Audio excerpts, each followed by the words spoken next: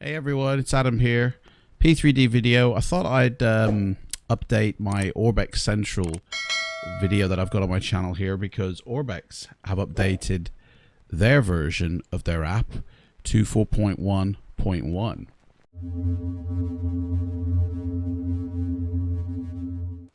And this is what it looks like now. So big update has changed the visual aesthetic of everything. Kind of organized things here into web page browser like tabs and sort of sectioned things off. If you want to go to your settings, it's the gear icon here, and you've got your download sort of for the queue there, and a search function here. So of course it's still like a home screen at first. Oh hello, prices are going back up to full price here. And it's very quick, very easy. I can feel that there is a difference when scrolling, not as laggy as it was before. Looking in the settings section, it's pretty much the same thing as you saw on your earlier version. Still got the insertion point, the libraries, notifications, all this stuff here. Basically the same. But what the big difference is when you click store, this brings you to your main page, and then everything is sectioned off kind of like it was before, but just in a different style. So here you can easily see which ones I've got installed and which ones I haven't installed. Clicking on here again, which ones I've bought and installed and which ones I don't have or haven't installed. So obviously the ones that I've got bought and are installed have the green check. The ones I've bought but yet to install have a grey circle, and then all these undershaded ones are the ones I've yet to purchase. And it's the same for all the regions. Now, the coolest feature I would say about this is the Discover button, which we're going to get to in a second. The next button is the partner section, and it's basically everybody they are partnering with. So the immersion people at Prop Planes or Prop whatever it's called, they're on here, and they have their stuff, and Milviz with their planes. I might actually pick this one up. The cool new feature as well is a wish list, so you can actually put a little stamp on what you want. I've yet to find this wish list anywhere. Like there's no button that says wish list to where you can then just suddenly see your list of which items that you want. That one is a little bit perhaps going to come in a future update, I don't know. And you can also search by developer as well, so you just want to see the 4.2 prop ones or the gay simulations or Milviz. Real quick, as a side note, for Orbx Central, I just want to say that I think it's great that they're partnering with third-party developers in order to have all add-ons in one location. I look forward to the future where all my add-ons from every single developer are in one app central location, and that they can be maintained by one entity rather than having 3 or 4 different configurators. When everything is under one house, and it's being maintained by one thing, like one app, I feel that it would run a lot smoother in the sim rather than having different installers, different configurators doing different things and almost like confusing the sim. So if more developers, more third-party developers, like maybe UK2000, PMDG, other people like that, hopped on board with Orbx, which I know they probably wouldn't do because there is a bit of a community sort of, opinion about Orbx from developers, that it would actually benefit the simmers though. It would benefit us people who actually use the flight sim to have all your third-party stuff in one location, to where you could not only just download it from, and maybe it'll send you to the page where you can purchase it on their website, so you still buy from them, but where they maintain it, okay, where they actually install it, and I dare say it would probably help combat piracy as well. I just wanted to say that I think the third-party integration of that way Orbx is doing it is one step in the right direction. Okay, just wanted to say that. You can do that or click on partners and they're all there. But here is the coolest feature. The discover button brings up, finally, I'm sure everybody's been looking at this, a very Project Fly inspired map of the world. Okay, and it's one of them maps where you can just keep going along, right? It does take a second or two to load. It's very quick, but if you zoom in, it will take a second or two to load in a few other things.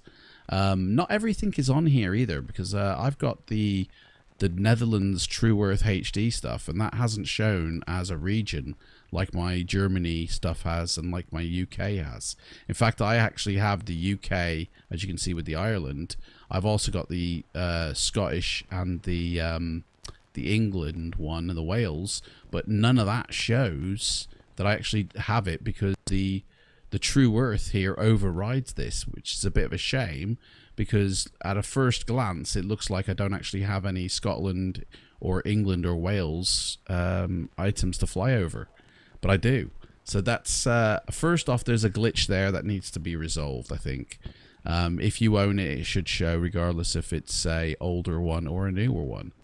But this is pretty cool. I really love this. Now, I've seen a lot of people utilize Google Maps for this exact same reason. They want to have a global map interface of everywhere they've got covered for their flight sim, so they could easily, you know, plan out their flights. And this is exactly that. And I'm so glad they've implemented this into their new app.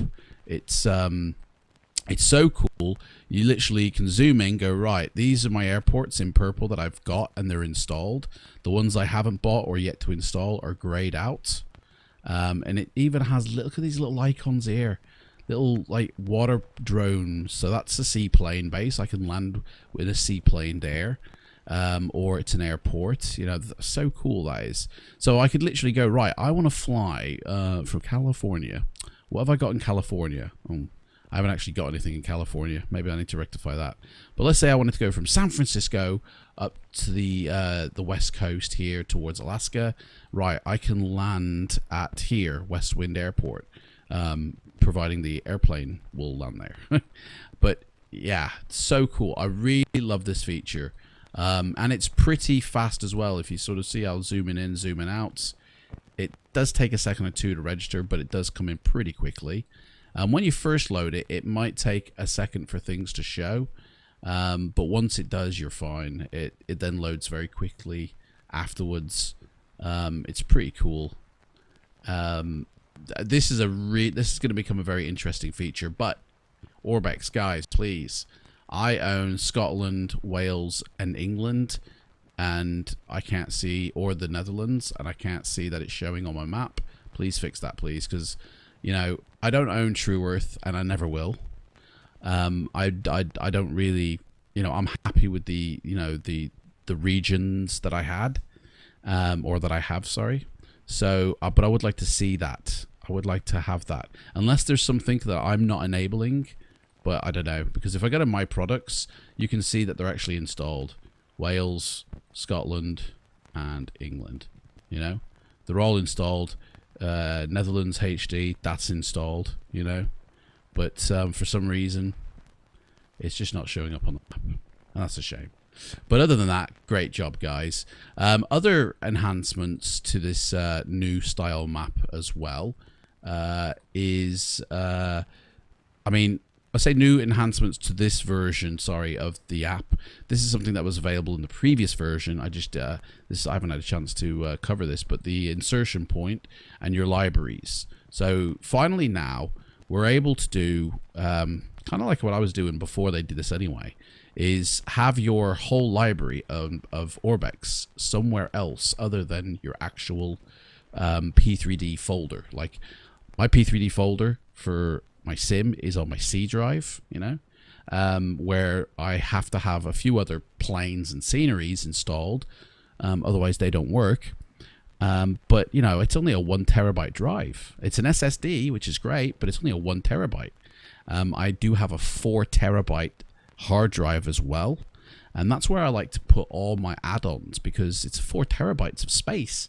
You know what I mean? And I'm so glad now that Orbx are finally caught up in allowing you to move your items to another hard drive. And as you can see, mine is my D drive, because before I used to use this program here, Junction Link Magic. And it's basically, this program does exactly what now Orbx do with the XMLs, is it enables you to have your files stored somewhere else, but the PC and P3D still think they're where they should be. I mean, I'm going to use this puppy for my airplanes that are all still in their default location, because there's 25 gigs worth of aircraft sitting on my C drive that I could actually move to my D drive and save space on my C drive, because I like to have like 100 gig of free space at all times on my C drive. It really does help my sim run smoother. You know, don't ask me why or how, but when I have like 50 gigs, I do find that there's stutters. Whereas when I have 100 gig plus of free space, I don't have the same stutters. It's weird, but it's the way it is. So I do try and do that. So if I can save 25 gig of space, you know, then I will. So I'll use this little puppy here to do that for the airplanes. But Orbx have now started to do that within their own app.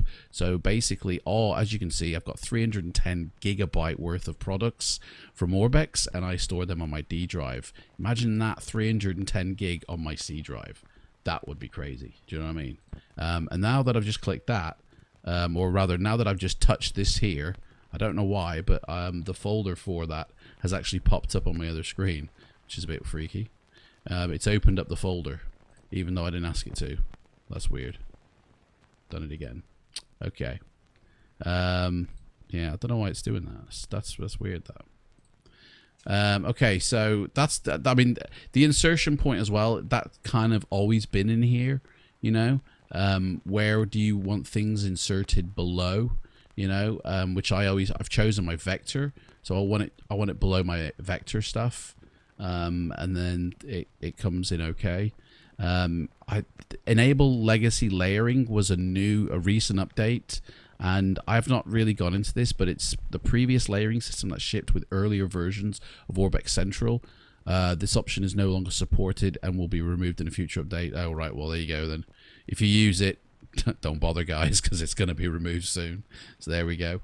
But yeah, I mean, you know, Orbx, about 3 to 5 years ago, these guys were the best in the business in terms of their stuff. You know, their global range package, the base pack.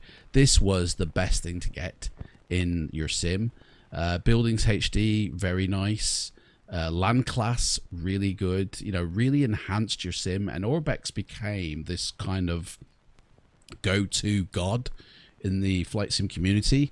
And then they started to branch out and do new things, and you know, sometimes they failed, honestly, and sometimes they hit the nail on the head. This time they've hit the nail on the head, you know. When they changed their app from version 3 to version 4, there were so many teething problems that have now been ironed out.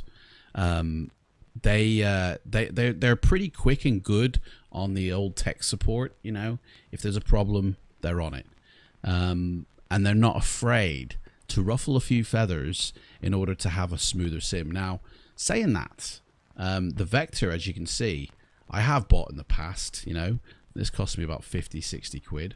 It's £35 now. Yeah, so I think I spent, it was about 40 quid when I bought it, maybe. But this really does enhance the detail of your sim.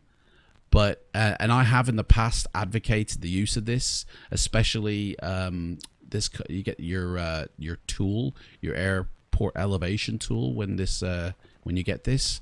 But to be honest, if you don't use this, right, and you use other vector tools, because the vector information in a sim is very important, so at some point you will want that managed externally, because the P3D version is just pants. If you go with global vector from Orbx, then you are pretty much going to have to be using that tool every time you install and uninstall scenery items. It needs to rejig everything. So I actually haven't used this for about 6 months now, because I use Chris Bell's blue marble vector stuff and black marble, and to be honest, I find that runs smoother and looks better, you know, than what this global vector does, because this installs other things as well as the vector, but it gives you a lot of more things, but they're just things that I don't really need in my sim, to be honest. I don't miss them when they're not installed. So I haven't got this installed. I don't use it. But I do understand that when I use my regions in England and Scotland, that vector information is actually built in within the region. So I don't need to run Chris Bell's vector stuff, because there is then vector stuff already in there. So I kind of then have to go, right, well, I guess I'll have to use this then. So you know, I mean, I don't run it, I don't install it, it comes within the region packs. So if I'm running England region, then there's the base, global base is in there, global vector is in there, and global LAN class, open LAN class is in there for Europe. So it's like I don't need to run Europe LAN class if I'm running England region, which is pretty cool. So yeah, I'm loving this new version, guys. It's really good. It is very handy. It's going to become a really good feature, and I imagine there's a lot of community members who are just loving this as well. So hit the nail on the head there, Orbx. Thanks a lot. Look forward to seeing more refinement to this app as well moving forward in the future. But yeah, I just thought I'd do this quick one just to update my playlist of Orbx Central videos, because it's looking a bit outdated, to be honest. So anyway, thanks for watching. Stay tuned, there'll be more vids coming. I've started a new series, P3D top tips for 2020. It's more of a tech support series more than a top tips. So if you've got any suggestions, if you've got any questions about your P3D version 4, it is for version 4 only. I have never run versions 1 to 3, but a lot of the stuff can be used in 1 to 3 if you're still running that. If you're not, if you're on version 4, then if you look at that playlist of videos, which this will be added to, there are some great videos to help your sim run smooth and not lag and not be glitchy or stuttery or crash, or, you know, have all sorts of different issues that we face in flight simulation, which maybe one day will be a thing of the past. Anyway, thanks for watching, take care, and I'll see you next time, guys. Bye.